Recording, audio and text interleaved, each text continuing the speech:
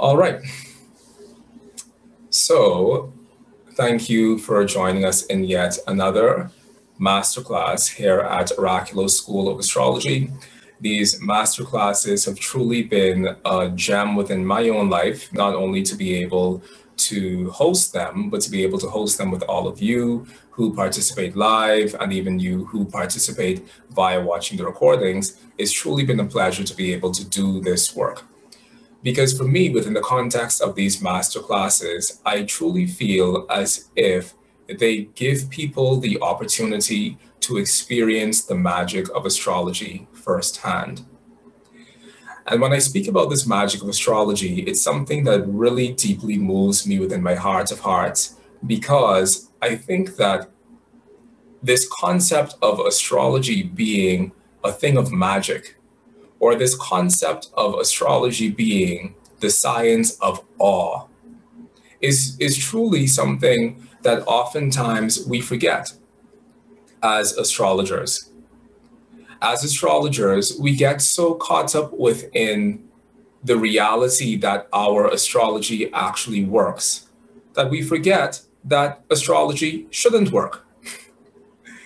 We get so caught up in the reality that we come to spaces like a class where astrology in action is being displayed week after week, to the point where that magic of astrology becomes commonplace to us, and we forget that there is really nothing within the corpus of this astrology that should work based on any physical concepts of one thing causing another thing to happen. In the same way as we within this field of astrology feel as if there is a relationship between the cosmos as well as between our earth that has some mysterious causal link that causes things to happen here on earth. We forget that this astrology should technically not work at all. And at one level, that level of expectation that we have in the astrology to work is an important place that every astrologer should reach within their lives. This concept that the astrology has come to a place within us where, beyond the shadow of a doubt, we know that the astrology is going to work because it has proven itself in that manner time after time again. I'm reminded now of a quote by Max Heindel in his book, Message of the Stars, where he says that the student of astrology should also endeavor to cultivate a perfect confidence in the science of astrology. And this perfect confidence that Heindel is speaking about is one that really only comes through being in an environment like this, whether it is this specific masterclass environment or whether it's just within the environment of getting to see a master of this craft at work in any capacity at all. It's really and truly only within environments like that that the student of astrology can come into a place of having a complete and unshattering confidence within this practice. And what does confidence look like within the life of the astrologer?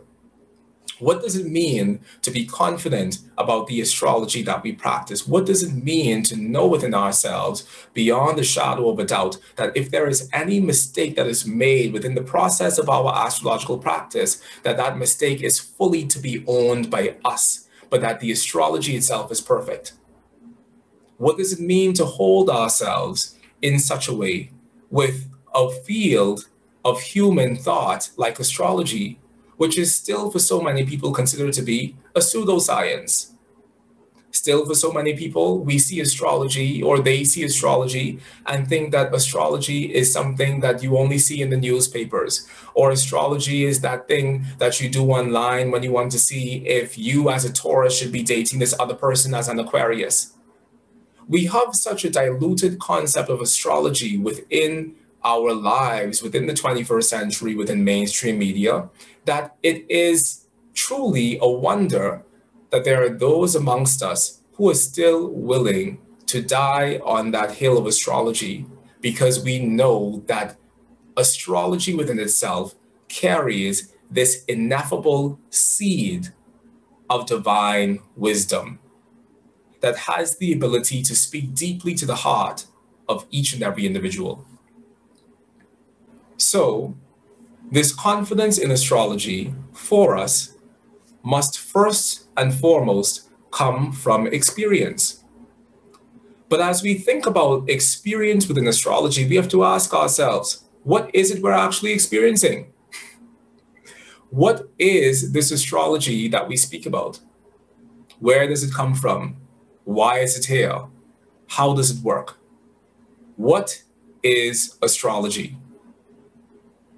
And it is this question that serves as the launching pad of our endeavors this evening. Because we as astrologers, we know that there is merit within our practice. But oftentimes, when we get deeply engrossed within the body and the structure of a practice, we don't actually stop to think, what is the definition of this practice? And why should this thing actually work? In her book, Astrology, Science of Knowledge and Reason, Ellen H. Bennett, a late 19th century astrologer, wrote that this work, speaking of her book, has been compiled after years of careful critical study to demonstrate that we are all members of one great body and therefore have the same great privilege to study and become wise, for knowledge is ours. We therefore should digest and assimilate it and make it part and parcel of ourselves, as there is no more certain way of invigorating the mind than to go into study, which will awaken muscle and soul force and will be so boundless and infinite that we shall soon become happy and wise within ourselves. A zealous study of science, and in this case particularly our astrology, brings increasing happiness and honor, and a wise man will never cease to learn and become distinguished in his own knowledge of good and evil. When I read this, I was truly taken aback by this concept that it is our birthright to know that we are all members of one great body. And as astrologers, that fundamentally is the starting point of our endeavors. This concept that there is some unity that exists within the cosmos, and by virtue of that unity that exists within the cosmos, we are as much a part of that cosmos as that cosmos is a part of us. And insofar as we, humans, and the cosmos around us share and participate within a common life, then that common life is expressed through both us and the world around us. And this concept of us being a part of one great body is something that we find all throughout antiquity. When we see within the ancient Kabbalah this concept of the macroposipus, this great man of time, or we see within the concept of Vedic philosophy, this concept of Kala Purusha, or this great celestial being within whose body is held all of heaven and earth, we come to this understanding that the ancients have always held within themselves this deep symbiotic relationship between our individual human lives and the greater cosmic life within which we live, breathe, and have our being. Richard Svela, in his book on Uranian astrology, tells us that the fundamental idea of astrology is that the planetary constellations exert an influence upon human behavior and all sublunar events. And this term of sublunar refers to our earthly existence here on Earth, because anything beneath the moon is essentially us. So the ancients divided the cosmos into that which is essentially above the moon and that which is sublunar. And we as being human beings and we as being sublunar are essentially worked upon by the cosmic forces beyond the stellar shell that the moon creates. So if you can visualize in your mind for a second, the Earth standing in the center of concentric shells that go outward all the way to the farthest reaches of the heavens, we have this concept that it's through that shell of the moon that we receive the influences of all of the other heavenly spheres. So, the fundamental idea of astrology is that the planetary constellations, i.e., the alignment and the configurations of the planets within the Chelum or within the sky, exert an influence upon human behavior and all sublunar or earthly events. We believe that underlying this idea has always been that the constellation of the planets act as a basic influence, producing certain impulses which are driving springs for practically every manifestation of life on our planet.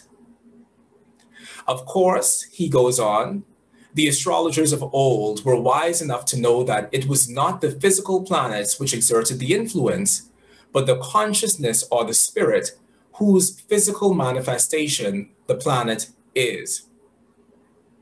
And he concludes by saying, the astronomical constellations are, according to this doctrine, just the symbols signifying by their momentary relative positions a certain state of affairs within the universal law.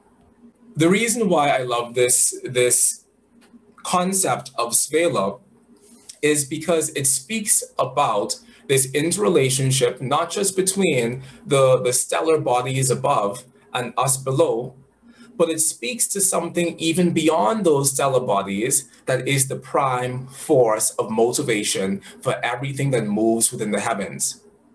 The ancients conceived this prime force of motivation as being what they called the primum mobile. And primum mobile means the first mover, or the prime mover, or the progenitor of movement. What is it within this cosmos that causes this cosmos to move? What is it within this cosmos that causes this cosmos to not only move, but also leave the imprint of its movement upon every earthly body? And for the ancients, this prime thing that moved was the prime mover, the primum mobile. And this primum mobile essentially set the entire stellar shells, the entire orchestra of heaven into movement.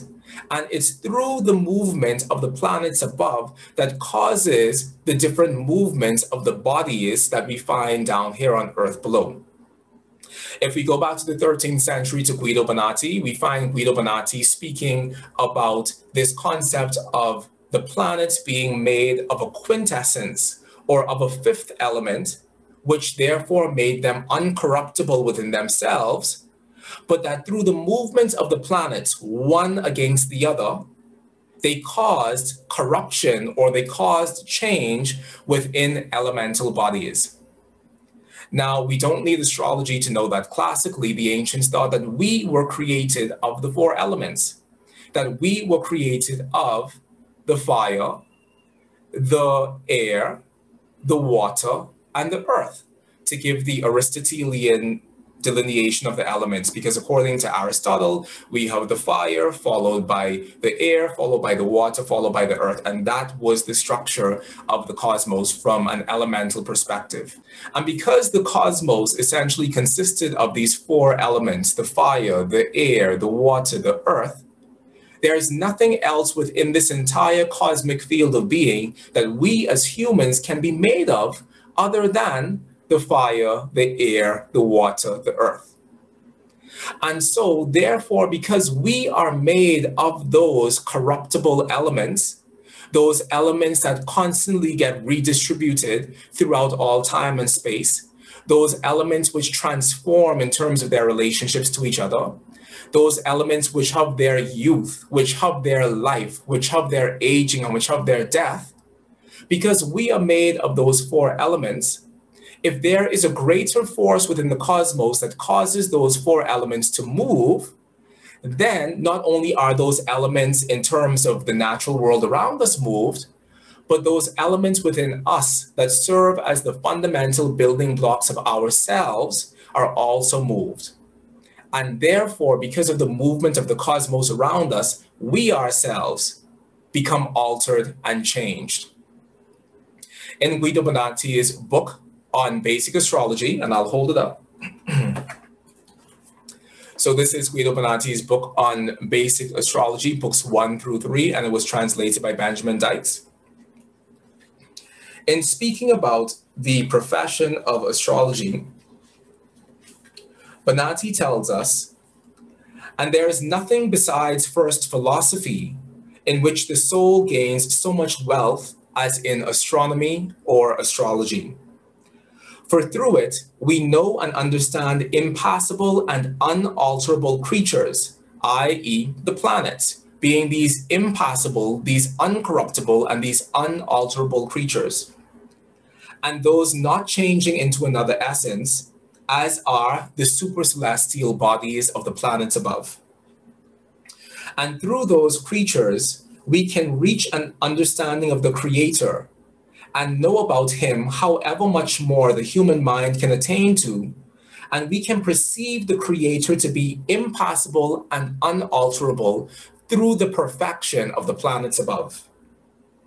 And because the aforesaid bodies are from what is perfect and most noble, their shapes are most noble and perfect, namely spherical, to which there is found neither beginning, nor middle, nor end. And thus their operations are most noble and most perfect compared with the rest of the operations of all professions which there are in this world, even if the profession of medical doctors is of the noble, or rather the more noble profession of the terrestrial world. So basically what Bonatti is saying is that even when we compare the role of the medical doctor in society, which is considered to be the most noble profession, the profession of healing, above that, within the mind of Bonatti, is this understanding of the stars and the planets and how they impact our terrestrial life down below, because that understanding is essentially at the root of all existence. How the uncorruptible creates change within our human bodies, and how our human lives are essentially the testament of those changes. In conclusion, Bonatti goes on and he says, but the profession of the stars and their work is most noble and exceeds all other professions and all other workings. For a cause is complete, and what is complete induces an effect. For the medical doctor gets involved with inferior and corruptible bodies, i.e. our inferior corruptible human bodies that go through the cycles of birth and youth and aging and death. For the medical doctor gets involved with inferior and corruptible bodies and those susceptible to alteration and the like. But the astrologer gets involved with the operations of the supercelestial bodies, which are neither corrupted nor altered, for they act in the inferior corruptible bodies, concerning which the medical doctor busies himself. So here from the 13th century, we find Bonatti speaking to us and laying a foundation for essentially what we call medical astrology today. Because what he's saying is that it's one thing for us to study the human body and study the various alterations and changes that occur within the human body, but it's something completely different for us to study what is the root of those changes. What is the cosmic root of the things that I experience within my life? And how can I understand that cosmic root?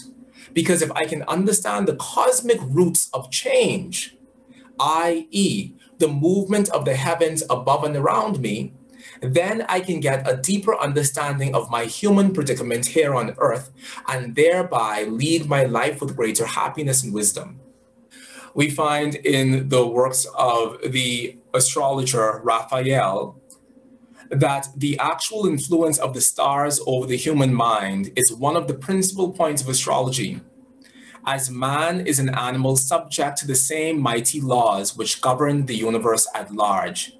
He must be also perpetually affected thereby. Hence, the same cause which sets in motion the waters of the unfathomable deep is perpetually producing various fluctuations in the atmosphere wherein we live and breathe and have our being. Neither can the human body be sensibly affected without the mind partaking at the same time of those effects which produce the physical sensations. Hence, the perpetual tossing and rolling of the tides of life is referable to the selfsame cause as the tossing and rolling of the waters of the ocean, namely the planetary influences. One of the things that I have ruminated on as an astrologer is what came first, the chicken or the egg? So when we think about us as humans being affected by the planets above, what is actually the thing that's going on? Is it that the planets are causing things to happen? Or is it that the planets are reflecting a greater cosmic change that is happening, and we as humans are also reflective of that greater cosmic change? And I've come to this realization within my life after studying this astrology for the greater chunk of my adulthood and my childhood, that it isn't necessarily that the planets themselves are doing something to us, or it isn't necessarily that the planets themselves are causing something to happen to us, but it is that we humans down below and our Earth around us down below are essentially reflecting the same things that those planets are reflecting. And what those planets are reflecting are the invisible hands of change that underpin all alteration within this universe. And we may call them hands if we wanted to anthropomorphize them and turn them into a deity that's constantly moving things within the cosmos. Or we can call them the gears of eternity, that clockwork of eternity, whatever you choose to call it. There's this concept that we as humans and the planets above us as essentially being these super celestial beings within the cosmos are both affecting a larger source of change. But because our perspective as humans is so small and so limited and so stuck within the materiality of our own beings, when we take a look out into the world and try to point our finger at what is actually causing the change, we see the planets. And therefore we look up and we say, oh Lord, the planets are causing these changes to happen. But who do the planets look up to when the planets themselves find themselves being moved and being altered? What other being or what other source of cosmic intelligence do the cosmos lament to and say, oh Lord, look at this greater being, this greater body, this greater intelligence moving and causing us to go through the changes that we go through? So my theory, and it's largely the theory that I share with my students at Oraculos, is that it isn't necessarily that the planets are causing those things to happen, or it isn't necessarily that your sun square Saturn is causing you to have that particular sort of relationship or that particular sort of reality that you have within your lives, but it's that both you, us, our Earth, and the planets are reflecting an even higher source of change. Both us, our Earth, and the planets are reflecting an even greater cosmic intelligence. And because everything within the cosmos is reflecting that intelligence, we can look up at the cosmos, we can look up at those planets and see a reflection of our own lives down below. Because both we and the planets are reflecting that cosmic source of intelligence, which is above and beyond both of us. And for me, that is essentially what this astrology is. This astrology is less a matter of saying that we look to the planets and we look to see how those planets are causing things to happen down below, but more so that this astrology is saying that we look up to those planets because those planets are the closest, most tangible version of the movements of something even greater than themselves that we humans can have a relationship to. Because we cannot have a relationship to the eternal, because we cannot have a relationship to the ineffable, because we cannot have a relationship to the numinous that stands truly as the ghost within the machine of our entire cosmic operation, we look at the closest thing that can give us some insight into what that eternal is doing. And the closest thing that we have at our disposal as human beings is the planets, their movement, and their constellations and configurations amongst each other. The final thing that I want to share with you this evening is once again a quote from Max Heindel in his book, The Message of the Stars, where he says that predictions may fail because the astrologer is unable to determine the strength of will of the person for whom he predicts, but the latent tendencies are always accurately foreshown. I love that. Because what that means is that the most speculative portion of our practice, the predictive portion of our practice, may fail for a number of reasons. And one of those reasons is largely the will of the person or the will of the human being who we are predicting for. However, within our astrology, very often our predictions do not fail in terms of the individual lives of individual clients. And there's a reason for that. And I'll share that reason with you next week as to why our astrology can work in the way that it does.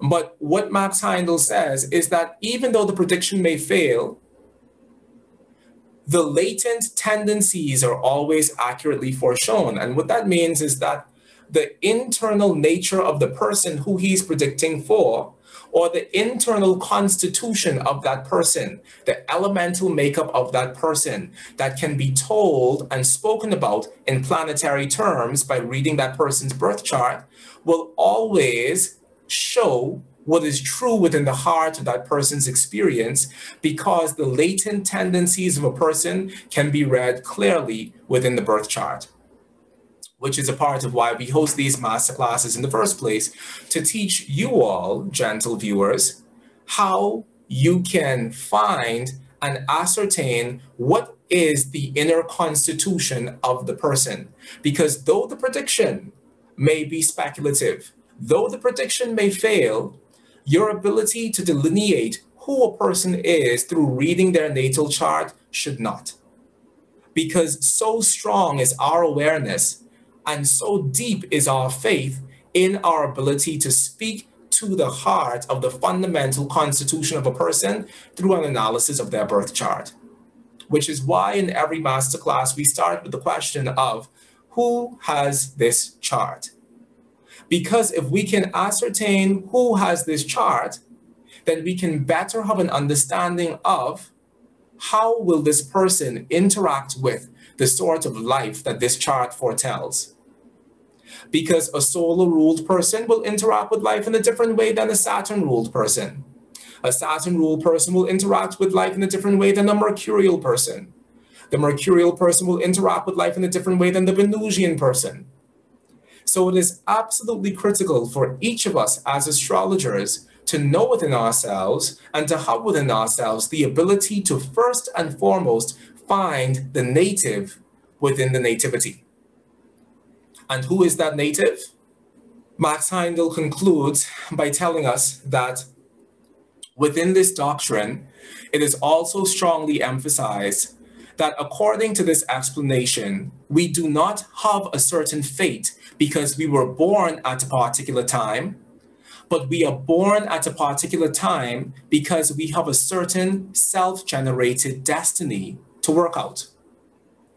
So once again, we see that it isn't necessarily that these planets are impressing themselves upon us and therefore so heavily impressed upon our we by the cosmos around us that we end up having a particular fate that is enforced upon us by virtue of the movement of the stellar bodies around us, but rather we are who we are, and our chart can tell the story of our lives as explicitly as it does because we, as human beings, have chosen to step forward into this mortal coil of physical manifestation only at a time appropriate enough to tell the story of our lives.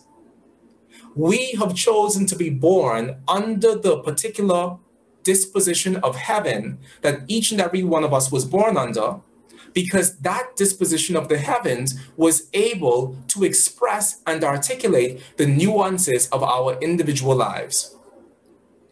So in every way, it seems as if in this question of what came first, the chicken or the egg, that it was the chicken. And we are those celestial, spiritual chickens, waiting, poised with bated breath upon the edge of eternity to be born into physical manifestation under a sky that can truly tell our story. And that is why our astrology works. Because we, each and every one of us, waited for the appropriate moment in time to step forward under a sky that had the ability to chronicleize the story of our lives. I want to end by leaving you with a passage from the Corpus Hermeticum. And the Corpus Hermeticum is attributed to Hermes Trismegistus. And in this passage, Hermes is essentially speaking to his son and asking his son to consider the sheer impossibility of all the cosmic factors that had to be enforced in order to allow each of us to have the individual lives that we all have.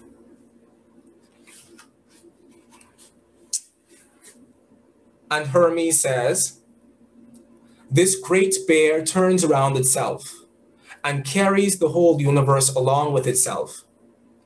Who has acquired that as an instrument? Who has thrown boundaries round the sea? Who has set the earth in place? For there is someone, O Tat, who is the creator and master of all these things.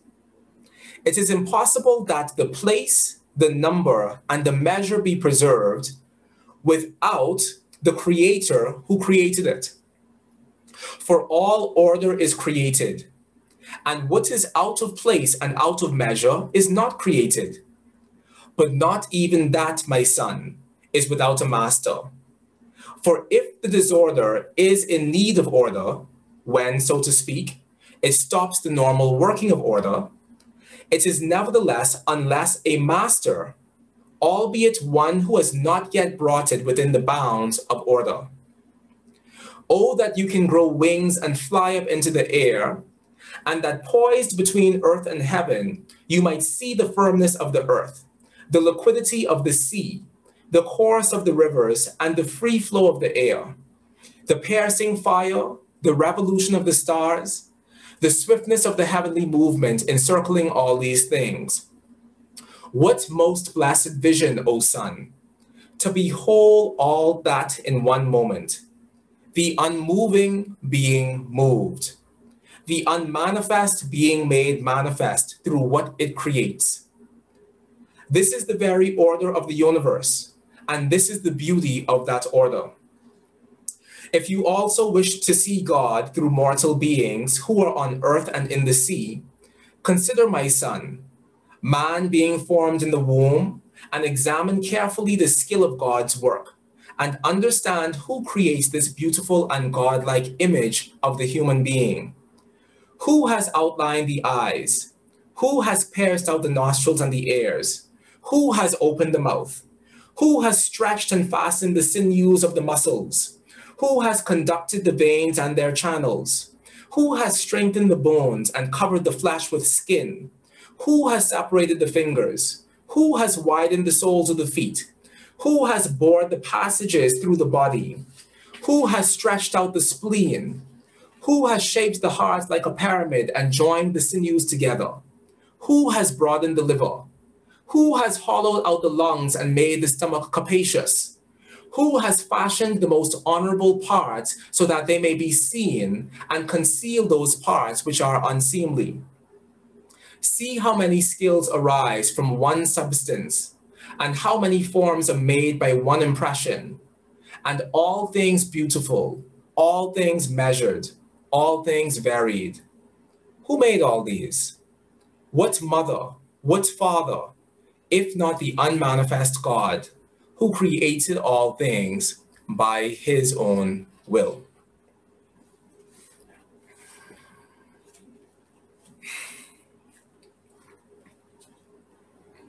Our astrology should poise us to ask those questions.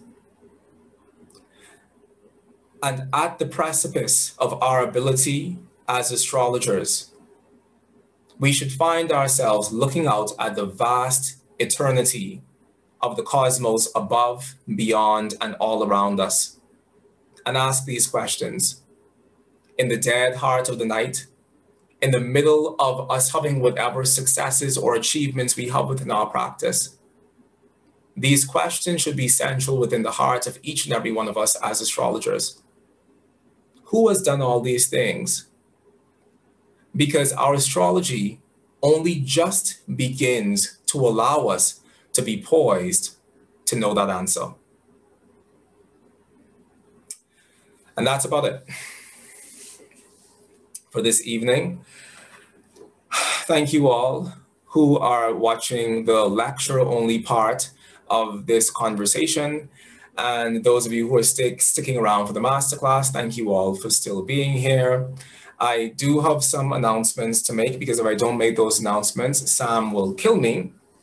But we have our upcoming Horary Astrology Intensive coming up this month at the end of May, May 29th. So if you haven't already looked at the website at www.oraculosastrology.com to take a look at our Horary Astrology Intensive. And if you haven't signed up for it already, please feel free to go over there and do so.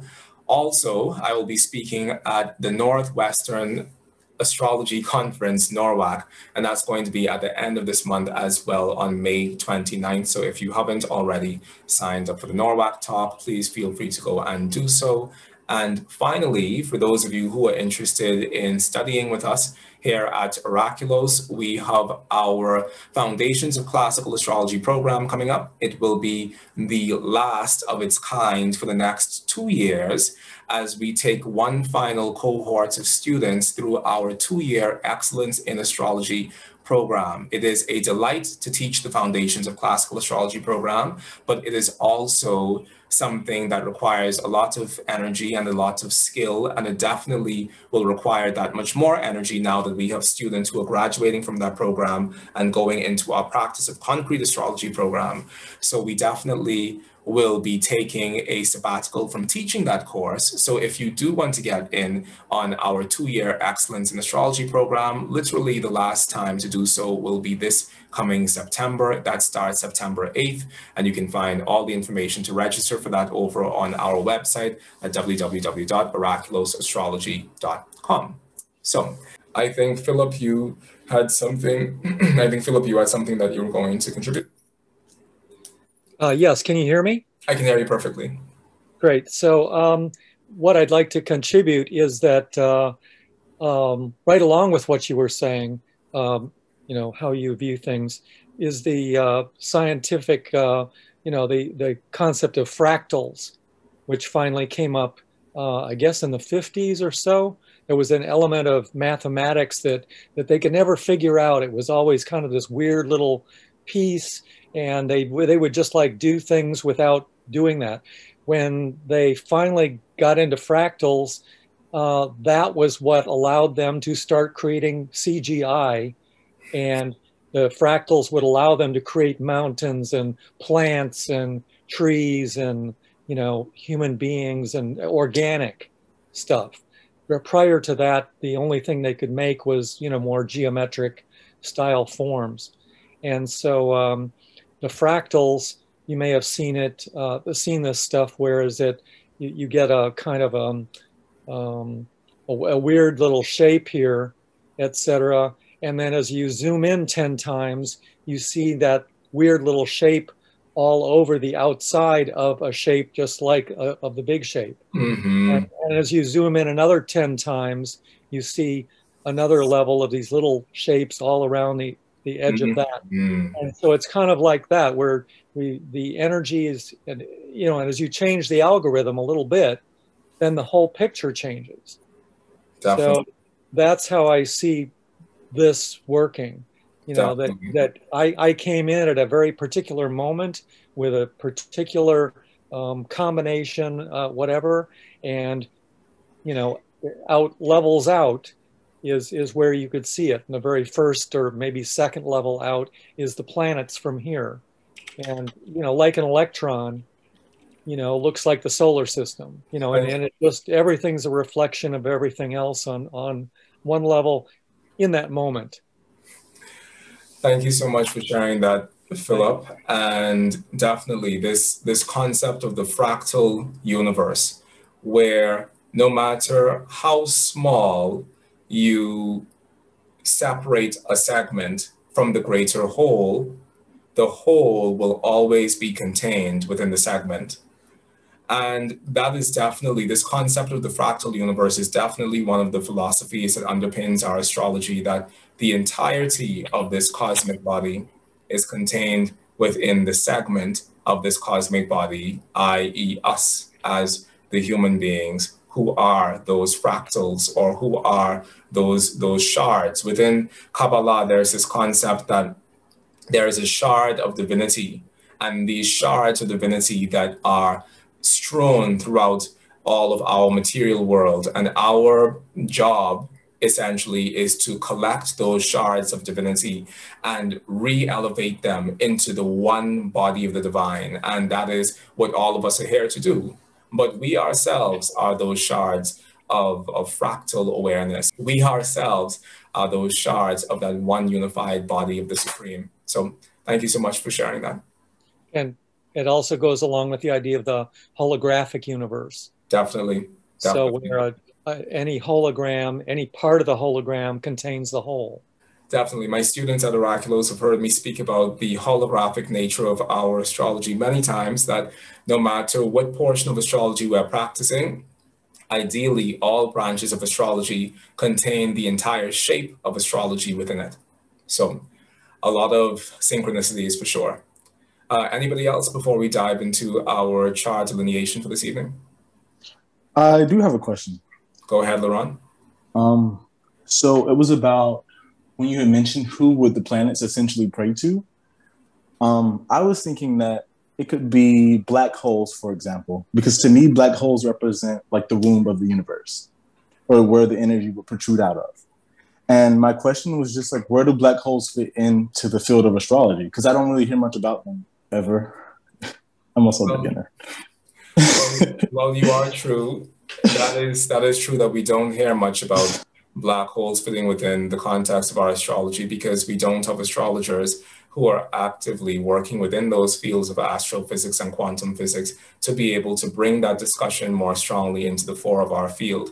One of the things that we find within our astrology today is that up until the 17th century, when we considered the astrologer of the 17th century writing a book, his or her title was always primarily his, because I don't have in my possession a copy of a book written by a woman, a female astrologer from the 17th century. But what we often find is Nicholas Culpeper, physician, astrologer, astronomer. Or we find something like William Ramsay, physician, astrologer, astronomer. Or we go and we find someone like Jean-Baptiste Morin, who is Morin, medical doctor, master mathematician, astrologer, astronomer. So as we look into the antiquity of our astrology, we find a more diversified background in terms of the fields of practitioners who came into astrology, who were actively able to contribute something to our astrology that was more than the astrology itself. Today, what we find within astrology are astrologers who are astrologers. And we also find pockets of diversity there as well, because we all come from different walks of life. But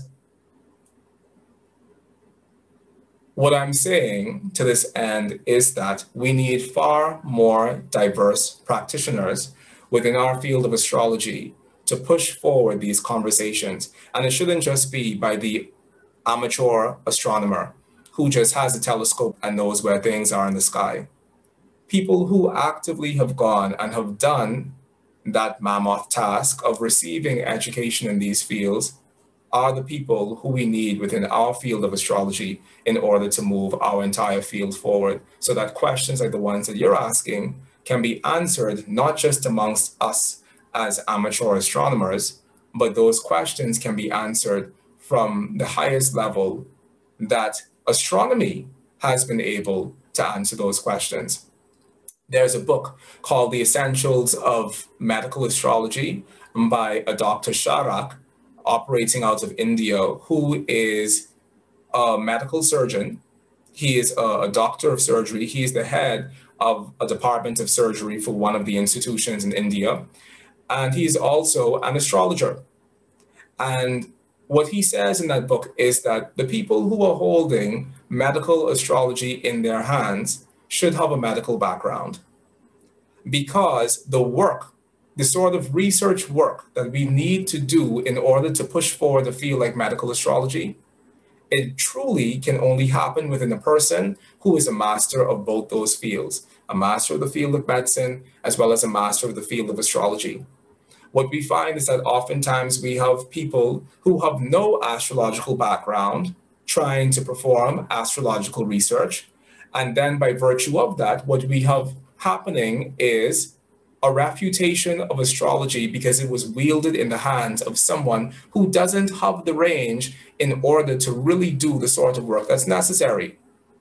Similarly, what we find is that within the hands of the astrologer who only has astrology as their background, there is still the same sense of an impoverishment in terms of how far that astrologer can truly take the scope of their research without having gained mastery within the requisite field that allows their research to not only cover a broader depth, but also that allows their research to have a higher level of authority within the world. So this thing that happens, this very incestual thing that happens of astrologers only talking to astrologers and astrologers begetting astrologers and astrologers giving birth to astrologers, this has to be broken and opened up by us giving birth to the scientists of tomorrow, us becoming the scientists of tomorrow who have just as much an understanding of astrology as they do within whatever field they will be choosing to enter. This is something that I feel strongly within myself, but it's something that a lot of my colleagues also feel strongly within themselves. When I studied Ayurveda in New Mexico with Dr. Vasant Lad, the doctor from India who brought Ayurveda to America, after studying Ayurveda with Dr. Vasant Lad, one of the most respected doctors of Ayurvedic medicine in the world, Dr. Lad said, now go out and go take courses in Western medicine. Go out and go and learn allopathic medicine. Vasant Lad, one would think that someone like Vasant Lad would not have a message like that, because there he is, 80 plus years old, living on an empire that he's built that is purely based on Ayurveda. But even he is having the awareness that in order for us to even begin to have a space within the world to take these practices forward, we have to diversify our understanding of what we do and embody within ourselves something greater than this astrology that we love, or something greater than this Ayurveda that we love. We have to go out and do the work. Because in the absence of us doing the work, are people on the other side of the fence who know nothing about our field, making judgments about our field that they themselves have not studied. So if they aren't willing to come here and study what we know, we should go and study what they know, so that when we open our mouths and speak, we are ready. That was amazing. And it confirmed so much. I was actually so deeply interested in quantum physics before I even started studying astrology. So that's so interesting. Go and study it, Laurent. Go and study it and make us proud. That's going to be amazing, man. Thank you so much. You're very welcome. Any other questions? Let us begin.